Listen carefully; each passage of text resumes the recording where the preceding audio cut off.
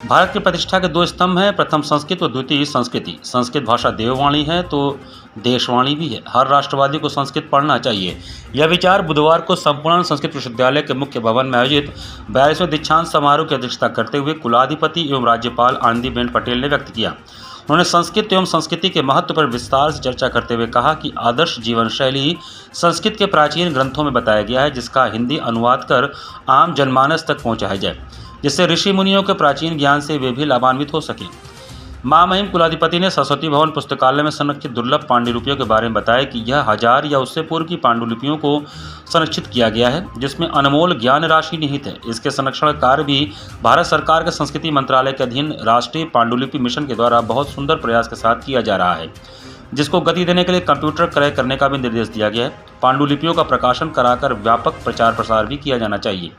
कार्यक्रम के मुख्य अतिथि राष्ट्रीय शैक्षिक प्रौद्योगिकी फोरम एवं राष्ट्रीय मूल्यांकन और प्रत्यायन परिषद के अध्यक्ष प्रोफेसर अनिल डी शास्त्रबुद्धे ने कहा कि संस्कृत मात्र एक भाषा ही नहीं, अपितु भारत के गौरवपूर्ण इतिहास को समेटने वाली अमूल्य निधि है, जो समस्त भारतीयों के लिए ऊर्जा का स्रोत है।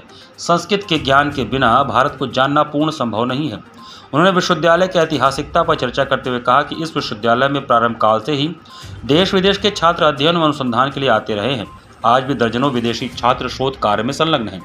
भारतवर्ष में संस्कृत विद्याओं के संरक्षण एवं प्रचार प्रसार हेतु स्थापित यह प्राचीनतम शिक्षा का केंद्र है, जहां से प्रचारित धर्म, संस्कृति, परंपरा से संबद्ध संदेश सूर्य रश्मि की भांति भारत सहित पूरे विश्व को आलोकित कर रहा है। समारोह के विशिष्ट अतिथि उत्तर प्रदेश सरकार के उच्च शिक्षा मंत्री योगेंद्र उपाध्याय व सारस्वत अतिथि उत्तर प्रदेश सरकार की उच्च शिक्षा राज्य मंत्री रजनी तिवारी थी। प्रारंभ में कुलपति प्रोफेसर बिहारीलाल शर्मा के द्वारा मंच पर आसीन अतिथियों का एकल पुष्प, अंगवस्त्रम एवं स्मृति चिन्ह देकर स्वागत और अभिनंदन करते हुए अपने स्वागत भाषण में उन्होंने कहा कि यह संस्थान भारतीय ज्ञान परंपरा के प्रचार प्रसार में महत्वपूर्ण भूमिका निभा रहा है। कुलाधिपति के हाथों से पदक प्राप्त कर मेधावी छात्र छात्राओं में अति उत्साह देखने को मिला। महामहिम कुलाधिपति के द्वारा विश्वविद्यालय के द्वारा गोद लिए गए 5 गांवों के विद्यालयों में विभिन्न तरह के प्रतियोगिताओं, क्रमशः निबंध, चित्रकला, कहानी लेखन एवं कथा वाचन में विजेताओं को क्रमशः, जिसमें मोनू राजभर, समीर, निष्ठा सेठ, नीरज गौतम, श्रेया शुक्ला, तीर्थ गौतम, श्रेयांश, आकांक्षा आराधना आदि को पुरस्कृत किया गया। इसके साथ ही 5 गांवों के प्राथमिक विद्यालय के प्रधानाचार्य को भी कुलाधिपति द्वारा सारस्वत उपहार एवं स्मृति चिन्ह भी दिया गया। विश्वविद्यालय के 42वें दीक्षांत समारोह में कुल 31 मेधावियों को 56 पदक कुलाधिपति के द्वारा प्रदान किया गया। कुल सचिव राकेश कुमार के द्वारा उपाधिधारक छात्र छात्राओं का उपस्थापन किया गया। दीक्षांत समारोह में 13,733 उपाधियां प्रदान की गईं। कार्यक्रम का प्रारंभ पौराणिक एवं वैदिक मंगलाचरण से किया गया।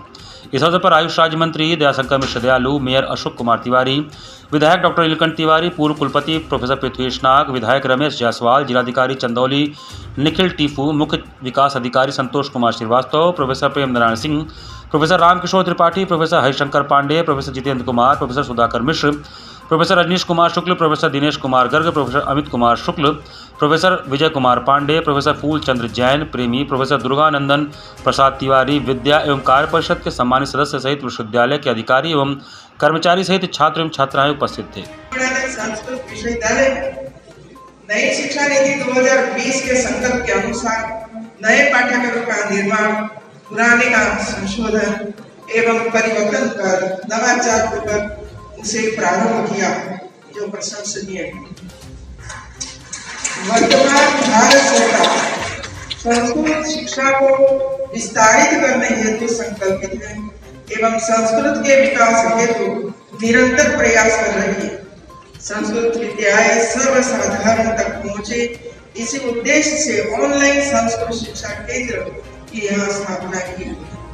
मुझे विश्वास है कि यह केंद्र सुव्यवस्थित रूप से संचालित हो रहा होगा। बस एक ही विषय में निम्बार्क वेदांत में टॉप करने पर ये 7 पदक मिले हैं। क्या आगे क्या लक्ष्य है, क्या विचार बनाया है? आगे मैं प्रोफेसर बन के कुलपति बनना चाहूँगी। संस्कृत से जी। आगे संस्कृत के लिए कोई क्या योगदान करना चाहती हैं? संस्कृत के लिए बच्चों को, विशेष करके गरीब बच्चों को राह दिखाऊंगी कि वो कैसे आगे बढ़ेंगे, कैसे उनकी भविष्य उज्जवल होगा, उनको किसी प्रकार की कठिनाई महसूस ना हो, संस्कृत को बहुत सुंदर से सरलता से पढ़े, आगे बढ़े। जी, मुझे आज 5 स्वर्ण पदक प्राप्त हुए हैं। शुक्ल यजुर्वेद विषय से, वेद का विषय है शुक्ल यजुर्वेद, इस पर 5 स्वर्ण पदक प्राप्त हुए हैं।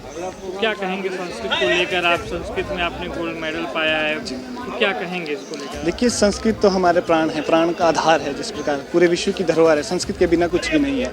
आधार स्तंभ है हमारी संस्कृति, संस्कृत साहित्य का, तो इसके बिना कुछ भी नहीं है। तो संस्कृत को सभी को पढ़ना चाहिए, जानना चाहिए। संस्कृत विज्ञान है, पूर्ण तरह वैज्ञानिक है। तो हिमाचल के आप रहने वाले, जी। संस्कृत में कैसे रुचि आई आपकी? जी, मैं पहले से ही जो है संस्कृत के प्रति मेरा बचपन से ही काफ़ी प्रेम था। संस्कृत में जो मेरे ज्येष्ठ लोग हैं, चाचा जी थे, वो पढ़ते थे, उनको देख के सुनता था, देखता था उनको। फिर उससे मेरे को भी रुचि हुई कि मुझे भी पढ़नी, मुझे भी अच्छी लगने लगी। शुरू में तो थोड़ा समझ नहीं आता था, तो गुरुजनों का बढ़िया मार्गदर्शन रहा। मैं वहाँ पढ़ा, वहाँ पे अच्छे से पढ़ाई हुई। फिर आगे के लिए इस विश्वविद्यालय में आया। ये भी शायद पुण्य कर्म अच्छे होंगे तभी इस विश्वविद्यालय में वो मिला, प्रवेश मिला।